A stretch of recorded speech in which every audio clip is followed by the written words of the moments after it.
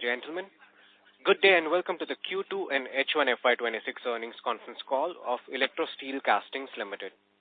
As a reminder, all participant lines will be in the listen-only mode, and there will be an opportunity for you to ask questions after the presentation concludes. Should you need assistance during the conference call, please signal an operator by pressing star and then 0 on your touchtone phone. Please note that this conference is being recorded. I now hand the conference over to Mr. Hiral Kenia from EY LLP. Thank you, and over to you, sir. Thank you, Sagar. Good evening, everyone. On behalf of ElectroSteel Casting Limited, I welcome you all to the company's Q2 and H1 FY26 earnings con call. To discuss the performance of the company, we have with us from the management team, Mr. Madhav Kejriwal, Whole-Time Director, Mr. Sunil Katyal, Whole-Time Director and CEO, Mr. Ashutosh Agarwal, CFO, and Mr. Gaurav Somani, General Manager Finance. Before we proceed with this call, I would like to draw attention to the fact that today's discussion may contain forward-looking statements that are subject to various risks, uncertainties, and other factors which will be beyond management's control. We kindly request that you bear in mind that there may be uncertainties while interpreting such statements. We will now start the session with opening remarks from the management's team. Afterwards, we will open the floor for interactive Q&A session. I will now hand over the conference over to Mr. Madhav Kejriwal for his opening remarks. Thank you, and over to you, sir. Thank you, Mr. Hiral. A very good afternoon to all. Thank you for joining us. The environment over the past few quarters for the ductile iron pipe industry has been challenging, and this quarter reflects the same. The ductile iron pipe segment continues to face demand slowdown due to delays in government spending. Consequently, production levels have been moderated, costs have increased, and there's a downward pressure on pricing. Collectively, these factors have impacted profitability and created a challenging operating environment. That said, despite these headwinds, our other business segments such as cast iron pipes, ferroalloys, DI fittings, and exports, along with the higher other income, have supported the overall performance. Our balance sheet continues to remain strong, underscoring the company's inherent financial resilience. We are certain that the current phase is a temporary adjustment rather than a structural shift. The sector's fundamentals remain strong, and we are optimistic about the medium to long-term outlook. The nation's development vision is deeply linked with the creation of robust infrastructure, and we see the government's continued commitment to expanding drinking water and sewage networks as a major driver for growth. With this, I'd like to hand over to Mr. Sunil Katyal. Good afternoon to all. With the extension of the Jal Jeevan Mission to 2028, coupled with expected demand from river interlinking projects, irrigation through pipe networks, and the replacement and maintenance work which is coming for the old pipelines and all that, underpins our confidence in the long-term growth trajectory of the sector. But the pace of recovery may take a quarter or two at the most. As it looks, we anticipate a strong rebound beginning in calendar year 2026. Additionally, I'm pleased to share that following our acquisition of the TIS valve business in Europe, we are progressing with plans to integrate valves into our product portfolio overseas as well as in India. To conclude, while the challenges we face are transitional, the opportunities ahead are transformational. With robust demand drivers, government initiatives gaining momentum, and our expanded product portfolio, we are confident that ElectroSteel Casting is well positioned to deliver sustainable growth and create long-term value to all our stakeholders. Thank you, and we are looking forward for sharing more details as we proceed. With this, I would like to hand over the floor to Mr. Ashutosh Agarwal, our whole-time Director and CFO, for taking you through the financial highlights. Thank you, Katyalji and Madhavji. Good afternoon and warm welcome to all the investors joining for this call. Sales volume of DI pipe fittings and CI pipe during the quarter stood to 1.39 lakh tons, down by 28% year on year, which impacted the overall financial performance of the company as intimated by Madhavji and Katyalji. For the half year, sales volume was 3.02 lakh tons, a 25% decline compared to H1 of 2025. Decline in volume was primarily due to slowdown in the domestic market. However, export market volume grew by 8% year on year, partially offsetting the weakness in domestic demand and providing support to overall business performance.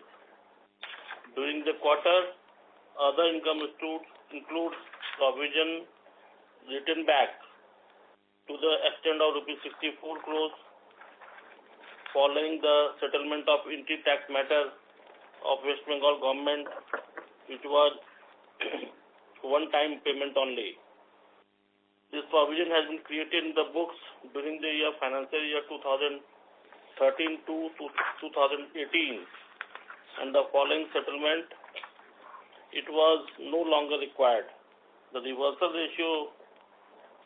also resulted in a corresponding reversal deferred tax amounting to rupees 21 crores. Net debt at a standalone level stood to 1,626 crores. The utilization increased by around 230 crores compared to June 2025, mainly due to cash outflow relating to acquisition of valve company and other business requirements. Interest cost more or less remained stable in spite of high utilization, supported by lower borrowing cost. Now I will take you through consolidated financial results for Q2 2026. The total income stood to rupees 1,491 crores, lower year on year, primarily due to reduced in sales volume. EBITDA, including other income, stood to 188 crores with a EBITDA margin of 12.6%. EBITDA excluding provision of write back of 64 crores as intimated to you earlier in this statement stood to rupees 124 crores. PAT was set at rupees 78 crores, translating to PAT margin of 5.3%. Now I'm highlighting our consolidated performance of H1 2025-26. Total income stood to rupees 3,077 crores. EBITDA was 386 crores with an EBITDA margin of 12.6%. EBITDA excluding write back stood to 322 crores and PAT was reported to 167 crores. Moving to standalone results of this quarter,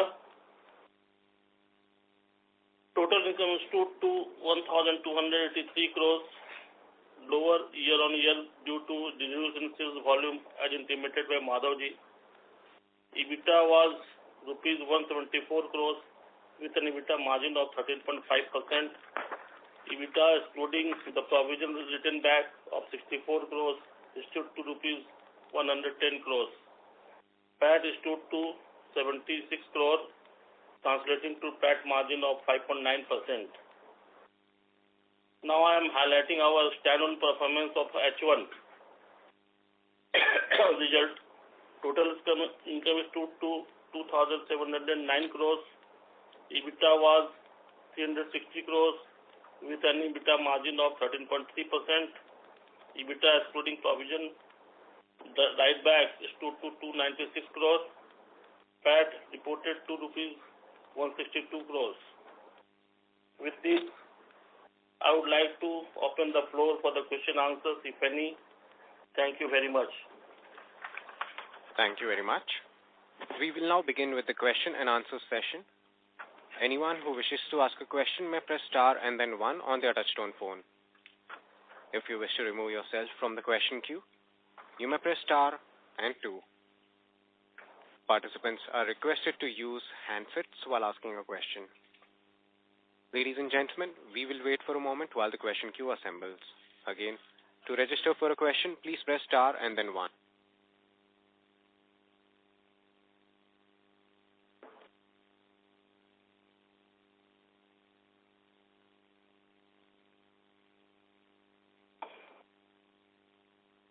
Our first question comes from the line of Pujan Shah from Molecule Ventures. Please go ahead. Hello. Yes, please. Yes.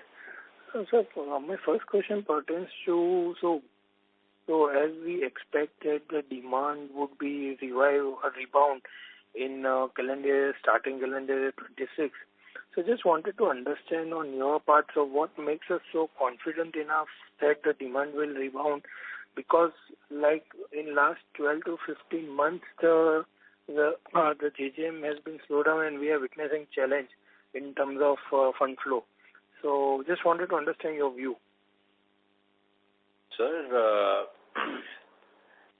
as we are, there is definitely work pending to be done, which is evidenced from the fact that there is adequate order book in the market. It's about whether that order book materializes to material getting dispatched. Now, the level of activity that is taking place, if you see, even in the news, it's highlighted that the central government is working towards getting clarities on certain issues that have been shown, that has been reported to them. And they are doing this because they have a clear intention that they need to clarify these issues and continue with the project and implement whatever is remaining to be implemented. So this Jal Jeevan mission is definitely something that is there at the center of the government's attention, and they want to move on with it and tick mark the complete box, So for that to take place, they will have to allow the projects to finish, and that will require funding, and they are quite keen on that once they get clarity on certain issues that have been highlighted and reported to them through the local authorities and by the society and population in general. Got it. So just wanted to understand the second thing is so we have seen some key challenges also by the government, and so there was a key notification also mentioned by the government that there are some work has not been done as per the guided timelines. So is that outcome has been considerable by the government ends, or it is still under purview by the government? So there are multiple issues that have been highlighted to the government. One of which is non-timely completion of projects. So in certain cases, that is a fact. Now, some of the delays have happened due to funding constraints. Some delays have happened due to operations.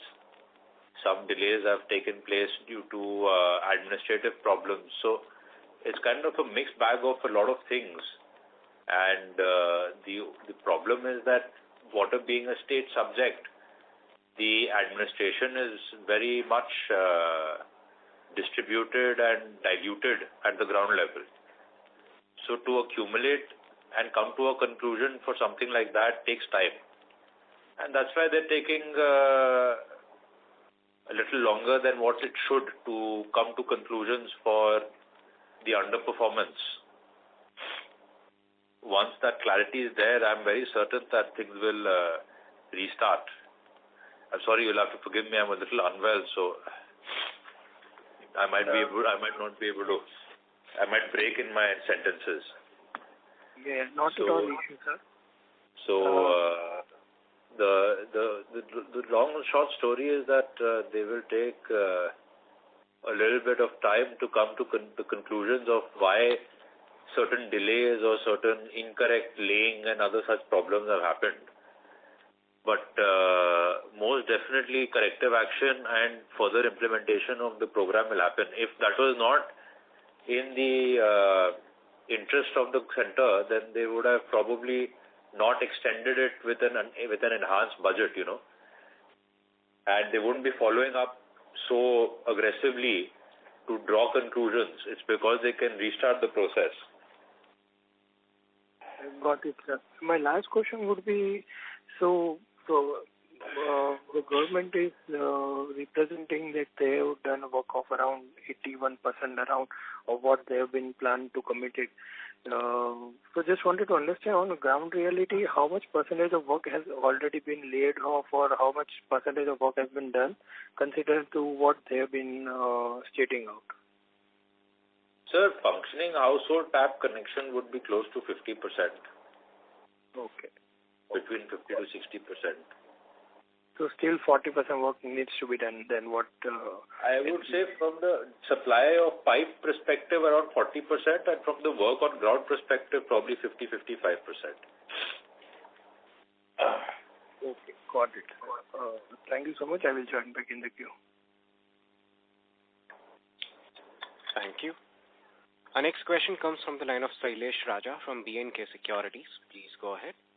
Yeah, thanks for the opportunity, sir. There was an article in the Indian Express today mentioning that the central government, as you rightly pointed out, that they have been taking actions against several officials and contractors across multiple states and union territories also, following the complaints that they have received regarding the financial irregularities and poor quality of work under the JGM. So some states still they have not shared complete details with the central government.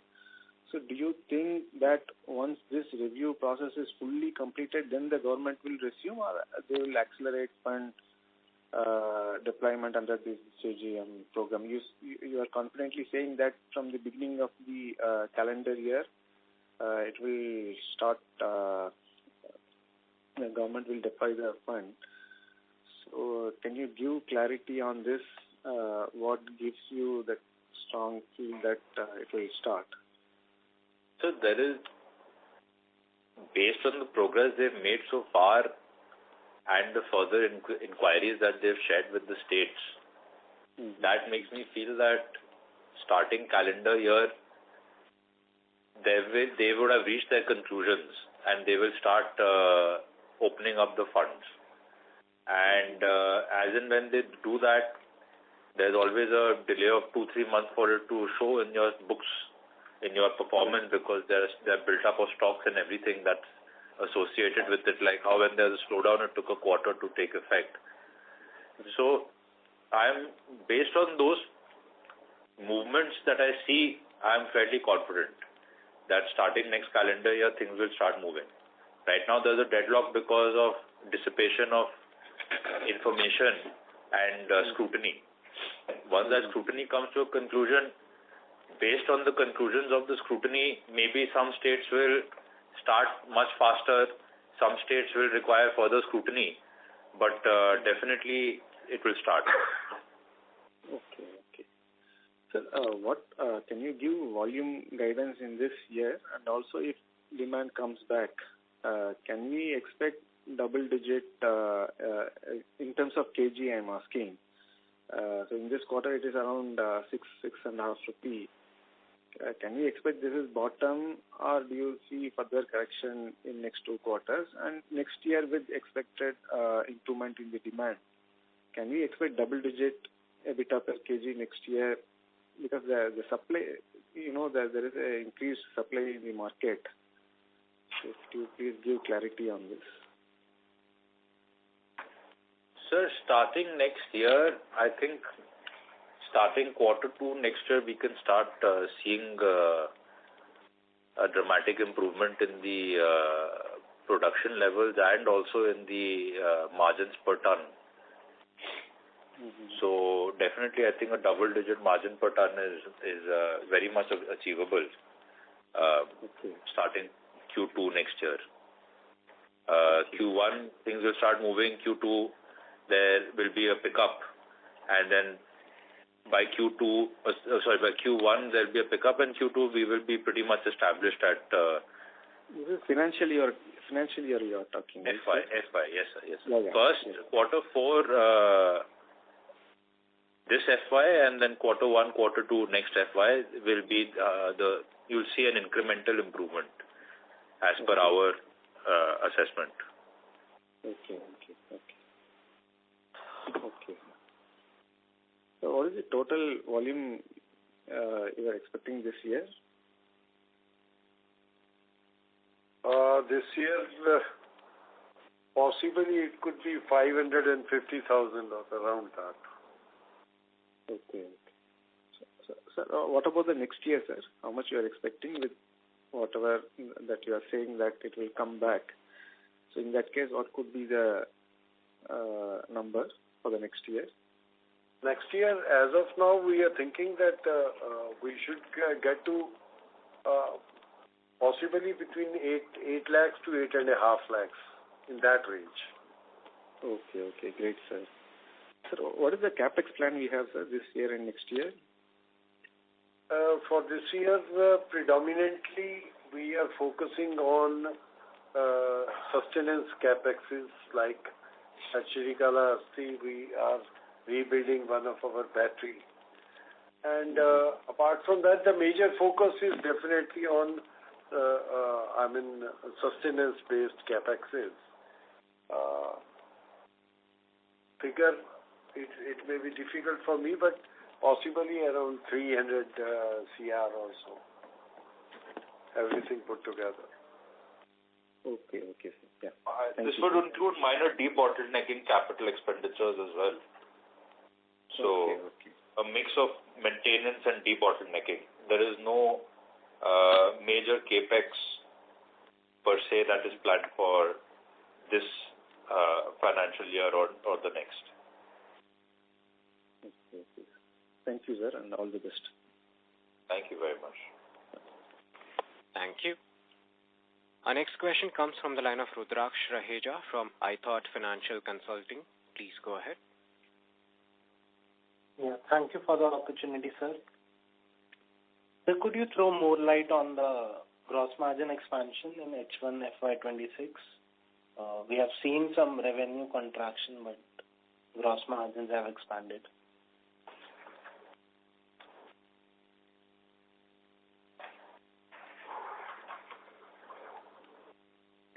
So hi, gross margins was around 48% for the first half.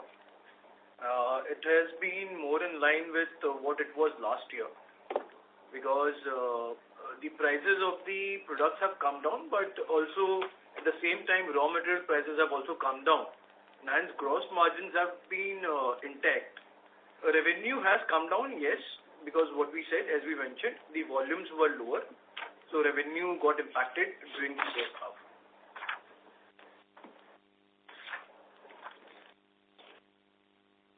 Got it, sir. And sir, the other income component is higher in H1 of FY26. Could you provide more details on that?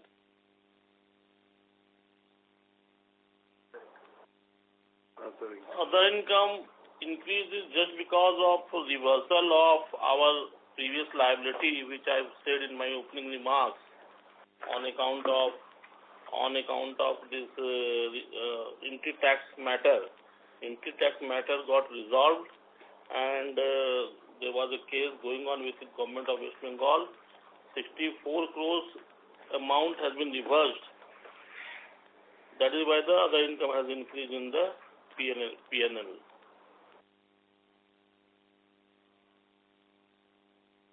Got it, sir.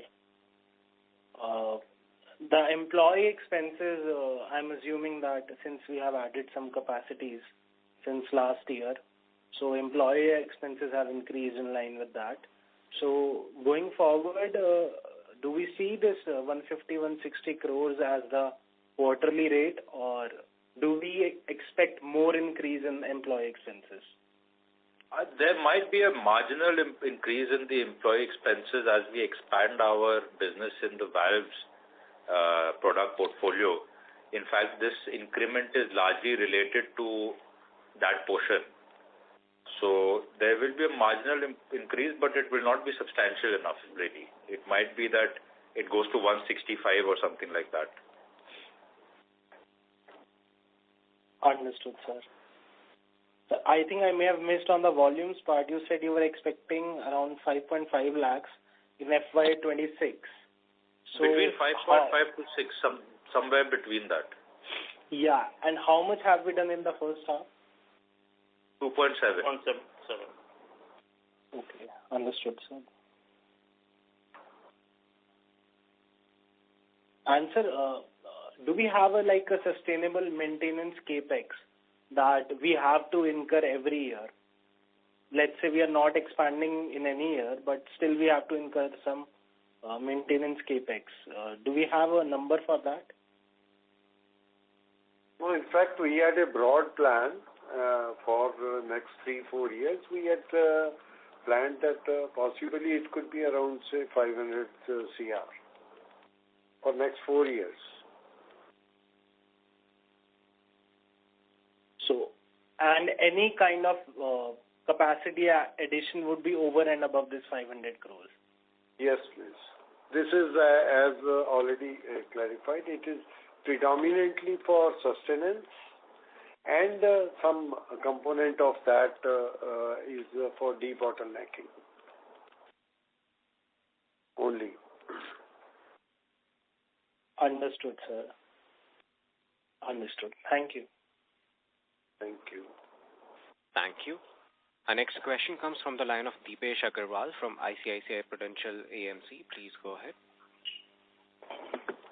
Hi, sir. Good evening. I can see there's a dramatic increase in your overall cash and bank balances. Like on a consolidated basis, we have gone up by more than 400 crores. So is this on the back of the subsidiaries or anything else?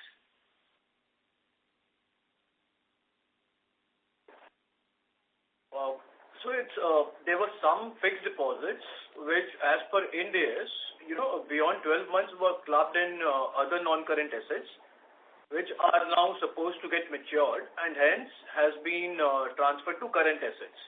So it was always there in the books. All right. Where is our current capacity standing? And I think we had plans to scale up to 1 million tons by the end of this year. So where are we standing, and are there any plans to incur any more capacity addition? So we were looking at a capacity expansion to 950 to 100 million, to a million, 950,000 to a million. At the moment, our installed capacity remains at 850,000 tons, and we are hoping to get to 90-95% of that figure next financial year. Due to the slowdown in the domestic market, this financial year we've had to moderate our tonnages. As mentioned, we will be getting somewhere between 5.5 lakh to 6 lakh tons, 550,000 to 600,000. As for the capex for the expansion from 850 to 950, at the moment we have kept it on hold till there is a cleanup of inventory and pickup of capacity to 850,000 tons, and after that we shall take a decision. Right. Just a couple more questions. During previous calls also, I think you have highlighted that, in order to reduce the dependency on JJ and expand more revenue streams, there were certain other investments being done in terms of gaskets, in terms of the acquisitions, and even the subsidiary we had, and even acquisition we made in Vietnam. So any update on or any progress that has been made in all of these areas? So acquisition in Singapore, I think you mean. Vietnam is a company. I meant the Singapore. Yeah, it's Singapore. Yeah. Yeah. So, sir, Singapore, we have seen positive results for the quarter and half yearly. There is a slow increase in the other product portfolio within Singapore, where we are seeing that almost 40-45% of its revenue is coming from other items that we are buying and selling over there for the water and gas companies. As for TIS, it has only been merged. It's been 2 months. We are very much deep into the integration process, and I think by the end of this FY, by the end of this FY, we will be pretty much in tune with them, and there are aggressive expansion plans that have been put in place for that. Of course, once they are concrete, we will be able to share them exactly with you. But definitely these two factors are going to play, especially the valve is going to play a big role in diversifying our portfolio and our both geographic and customer base. All right. Thank you. That's all I have. Thank you. Ladies and gentlemen, a reminder to all the participants, you may press star and then 1 to ask a question. Our next question comes from the line of Rajesh Agarwal from Moneyore. Please go ahead. Sir, out of the pending order of 6 to 7 months, how much is government order of Jal Jeevan and private orders? Can you quantify? Around 60% would be JJM. If you include domestic, it will be around 50 to 55%. Okay. And the rest is non-JJM and export. Okay. So we'll continue to getting a how is the traction in non-JMM orders? That is good for the this balance 40%.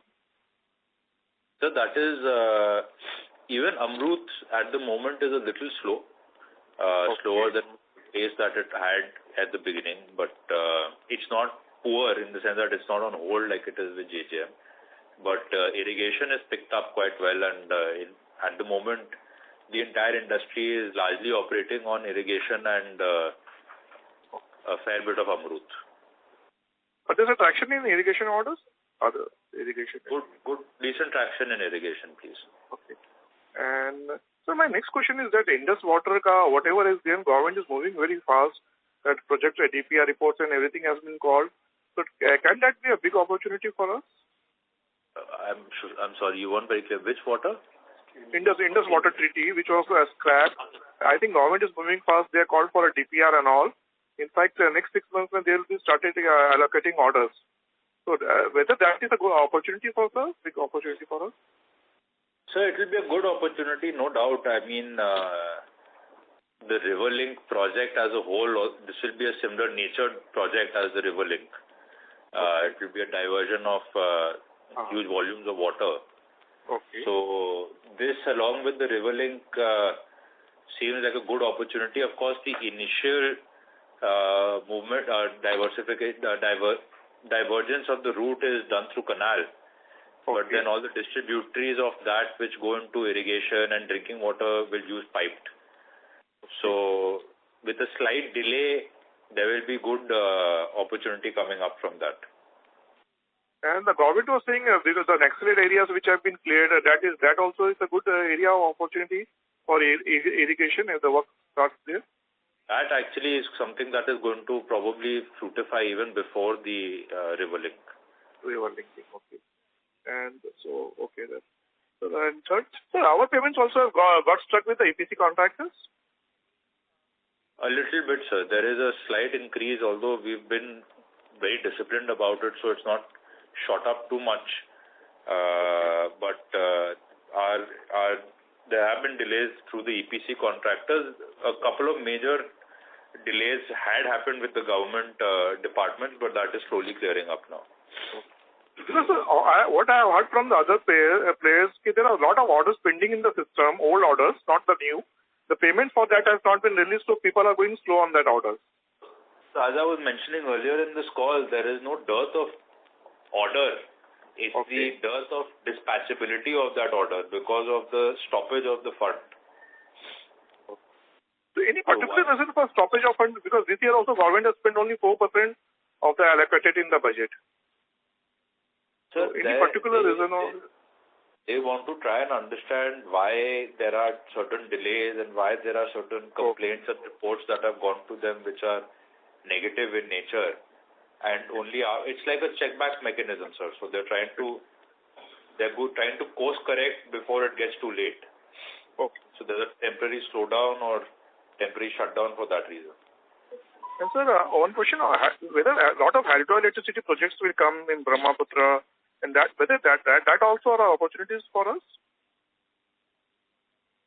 I'm sorry, sir. Many what projects? Lot of hydroelectricity projects will be also coming in.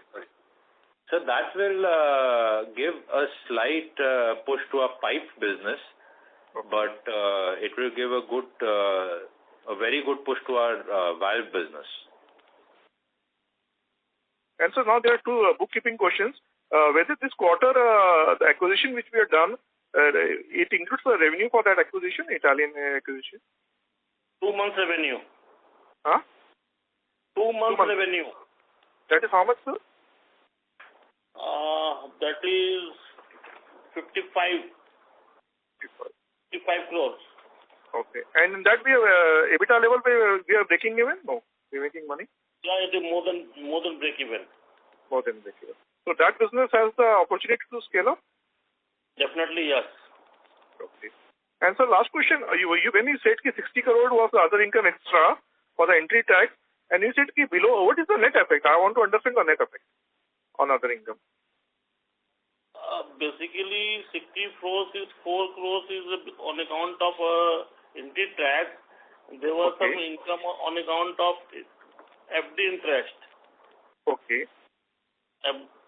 On the fund we got from the railway department, we got the income on the FD. And some 6 crore refund we got from the department, that is also included there. Okay.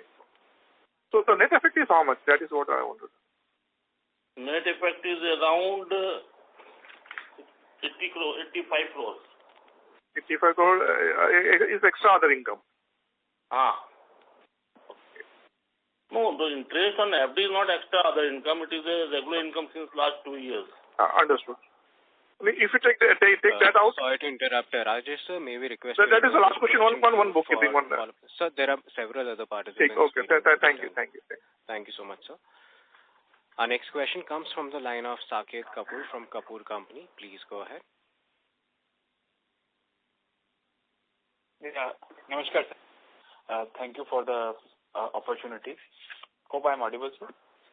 Yes. Yeah. Sir, on the receivable front, are we also facing any issue, or those payment are in line with the deliveries that have been done as on date? There is no issue in regard to the realization of the receivables. There are certain delays that are there, but they're all backed financially by BGs, LCs, etc. Our clean credit exposure is less than 1%. So that is practically nothing. And what should be that amount, sir, where we have this underlying BG and all? How much should be the receivable? Almost 100%. So 99% of our receivable today is against BG or LC. Okay.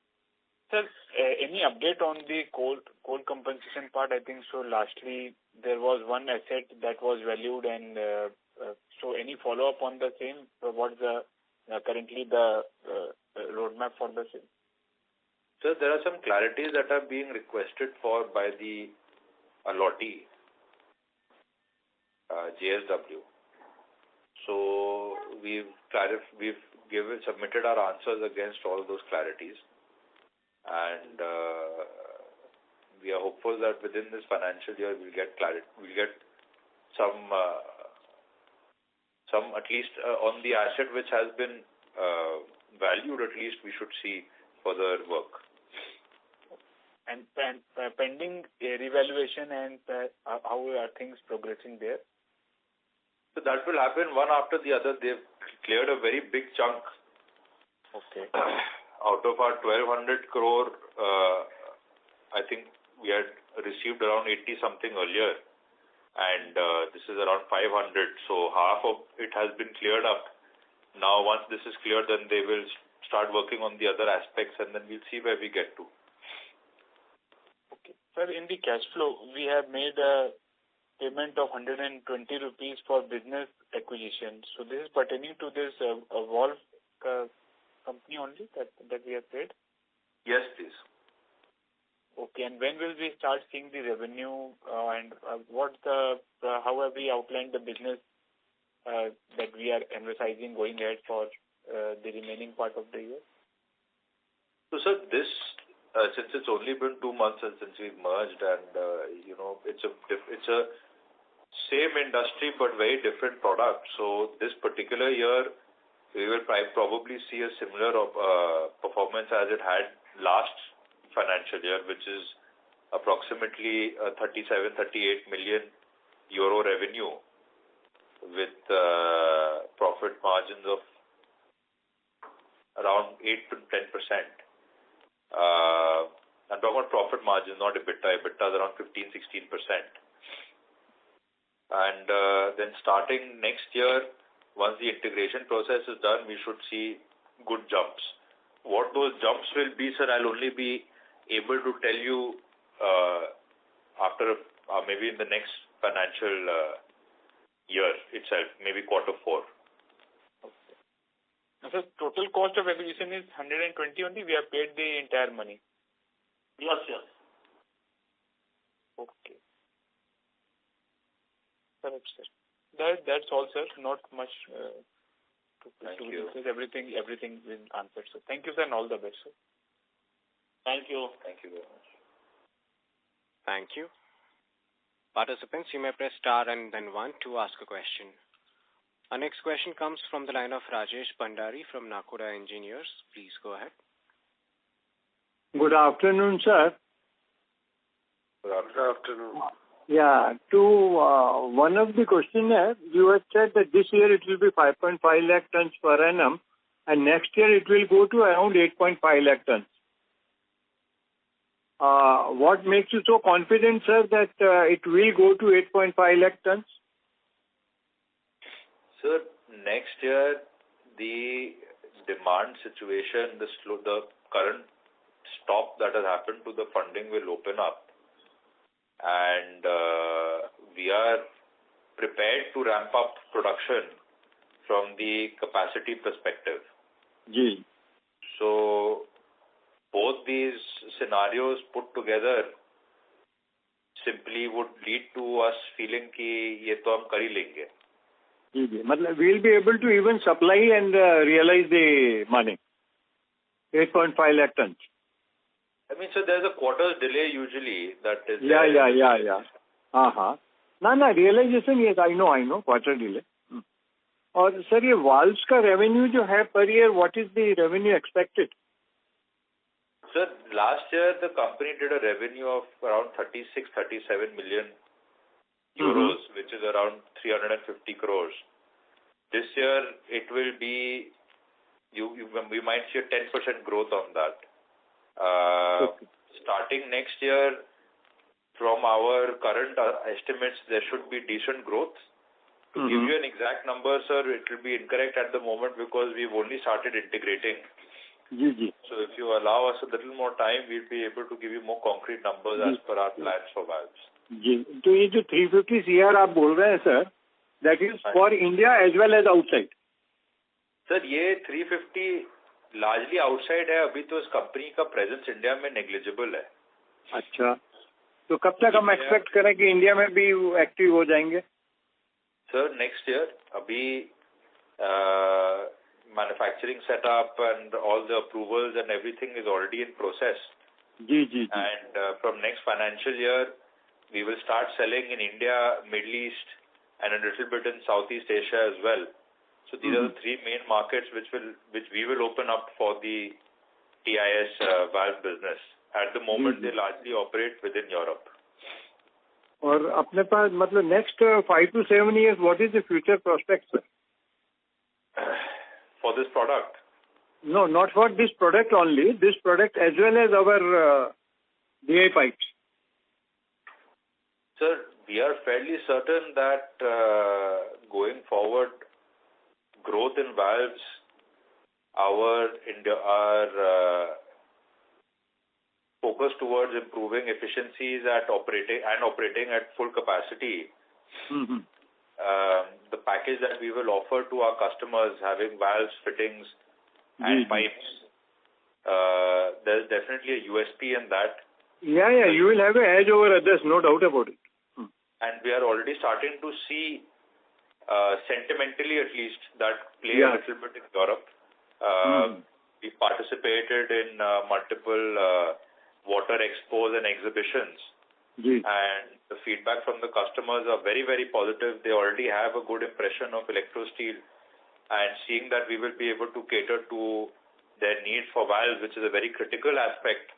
Albeit in terms of value terms, it's small, but in terms of criticality, it's very high. Yes, correct, sir. So all products coming from the same supplier gives them a lot of confidence, and we are confident that we can use this to gain an edge over our competition. Yeah, that is surely going to happen because not any party in India at least has DI pipe and also valves. Right, sir. अच्छा sir, ये 150 level CR का जो profit है quarterly, वो कब तक पहुंच पाएंगे सर? Sorry sir, 150? अपना जो नॉर्मली 150 CR क्वार्टरली प्रॉफिट जो रहता था, नेट प्रॉफिट, अभी तो बहुत कम आ गया, तो इस लेवल तक वापस कब पहुंच पाएंगे sir? Sir, I think Q2 next FY we should start seeing numbers close to that. Okay, you want to say Q2 around FY27? हाँ जी. जी. और एक लास्ट क्वेश्चन है सर. हाँ बताइए सर. यानी Q1 से पिकअप दिखेगा आपको and then I know. Yeah. जी सर. सर ये BlackRock still they are the shareholders? Yes, please. Okay, with the same level. Almost same level. Okay, sir. Thank you, sir. Thank you very much. Bye. Thank you. Our next question comes from the line of Vipul Kumar A. Shah from Sumangal Investments. Please go ahead. Hi, thanks for the opportunity. So my question pertains to this coal block compensation. So there is a figure of 498 crores mentioned, which has been approved. So when is it likely to flow? And is this the final verdict, or are we going to appeal this? So this is the valuation for one particular asset which had not been valued so far. It's close to our estimate as well. This probably, it would be incorrect for me to give any sort of deduction on when we can realize it, but there is active persuasion from the side of the new allottee and also the ministry. So hopefully within this financial year, we should see this work out. So, but if this is not challenged in the higher court, then naturally that money should accrue in reasonable time. Is that understanding correct, sir? Yes, please. So you said this is valuation of one asset. So how many more assets are remaining to be valued, sir? So there are two more big assets and then a plethora of smaller assets. So two more are to be valued, or total two are there and one is valued? Two more are to be valued. Okay. And so my last question regards your capacity. On your presentation slide 5, it is mentioned that your capacity is 10,11,000, and whereas somewhere in the call you mentioned that our capacity is 8,50,000. So what I am missing is... So that is an accumulation of all our products. Okay. This is the DI pipes, then we have another 50,000 tons of CI pipes, then we have 25,000 tons of DI fittings. Okay. So, yes, so 850 is only for DI, right? 850 is only for DI, sir. So right now, if we split our revenue between different products, what should be the percentages, sir? Roughly? The DI pipe would be the highest chunk, which will be around 75%. 85. 75 to 80% will be DI pipes. Okay. And DI fittings would be around 5%. Mm-hmm. DI pipes also 5%. Mm-hmm. So these are the main items. Okay, sir. Thank you and all the best. Thank you. Thank you. A reminder to all the participants, you may press star and then 1 to ask a question. Our next follow-up question comes from the line of Rudraksh Raheja from iThought Financial Consulting. Please go ahead. Yeah, thank you for the opportunity, sir. Sir, you mentioned that government is like course correcting because of a lot of complaints and everything. Is there any pattern like, are these complaints pertaining to a specific product segment, or some region is affected, or some kind of players or products are affected? Like, just to get a sense on what kind of problem we are looking at.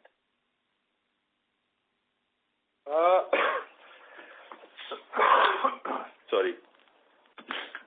There is no pattern per se. There are three main, I would say, topics of issues. One is the incorrect physical implementation of the pipelines, financial mismanagement, and quality of water problems. So these are largely what you see as the topics of discussion. There is no specific product or specific contractor or specific state department issue per se. I mean, there are talks about UP having certain irregularities, but across the board you're seeing that actually.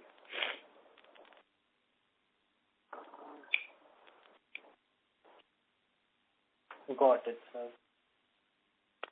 But you mentioned something about that we are holding off currently on the 1 lakh ton expansion in the DI pipes. As and when we decide that we are going for it, how much time would it take to install that capacity?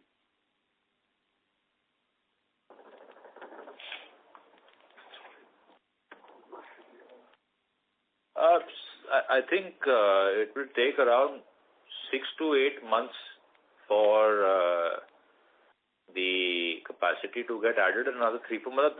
You can say 1 year or so. And the amount of capex that would be required for this? Around 60 crores. Understood, sir. Sir, a broad idea on our international business, like we have acquired this plant in Italy. Like, do we have a number in our mind that we want to achieve? I'm not talking about next year, let's say in 3 to 5 years, some kind of target with respect to our international revenues that we have, or the share of international revenues in our broader revenue mix, something along those lines that we are thinking.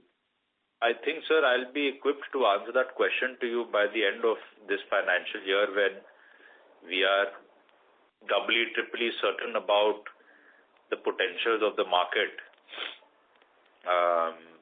today any number I will give you will be based on a educated guess and without backup of a floor plan. So it won't be correct for me to share that with you. Got it, sir. Fair enough. And when we say that acquiring this valves manufacturing plant, we can integrate that what we are supplying in India, like with DI pipes, we can add valves and all of that.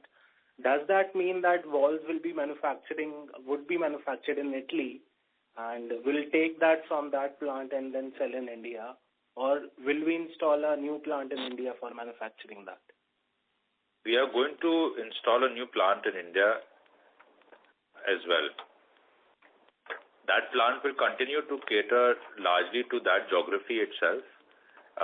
Some of the products that they make are very high value, low volume products and very specialized. So that today in India is imported entirely. So for that product, we continue to purchase from Italy and sell in India. But apart from that, the other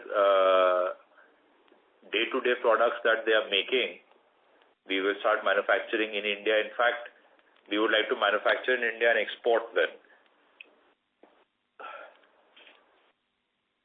Got it, sir. And just the last question, if I can squeeze in. You said that last year this Italian business did around 350 crores of revenues. What was the utilization of the plant at those levels? Sir, I would say around 70%, 70 to 75%. Got it, sir. Thank you so much for your detailed answers. Thank you. Our next question comes from the line of Hari Kumar S., an investor. Please go ahead. Yeah, am I audible, sir? Yeah. Okay. Thanks for the opportunity, sir. Only one question. Regarding this international market, is there total lack of demand, or very highly competitive because we are not getting more orders which we are getting earlier? That's all, sir. Thank you. Sorry, sir, your question was not very clear. Regarding the international market? Is there total lack of demand, or there is more competitive intensity because we are not getting more export orders which we are getting earlier? So, you mean our interest in the international market? Yes, sir. Yes, sir. Regarding the GA pipes. So we've always been a company which has hedged its business geographically across the board. Historically also, ElectroSteel has exported more than what the rest of the industry as a whole exports, and it remains so. A slowdown in the domestic market has allowed us to get a little more aggressive and soften the blow of the slowdown over here, I would say. So that's what it is. Yeah, that's the point I was trying to get. Okay, sir. Thank you very much. Thank you. Thank you. Ladies and gentlemen, we will take that as our last question for today. I now hand the conference over to the management from ElectroSteel Castings Limited for closing comments. Thank you everyone for joining us today and your continued trust in our company. We remain committed to driving sustainable growth, strengthening our balance sheet and creating long-term value for all our shareholders. We appreciate your support and look forward to updating you on our progress in the coming quarters. Good day. Thank you, everybody. Thank you. Thank you. On behalf of ElectroSteel Castings Limited, that concludes this conference. Thank you for joining us, and you may now disconnect your lines.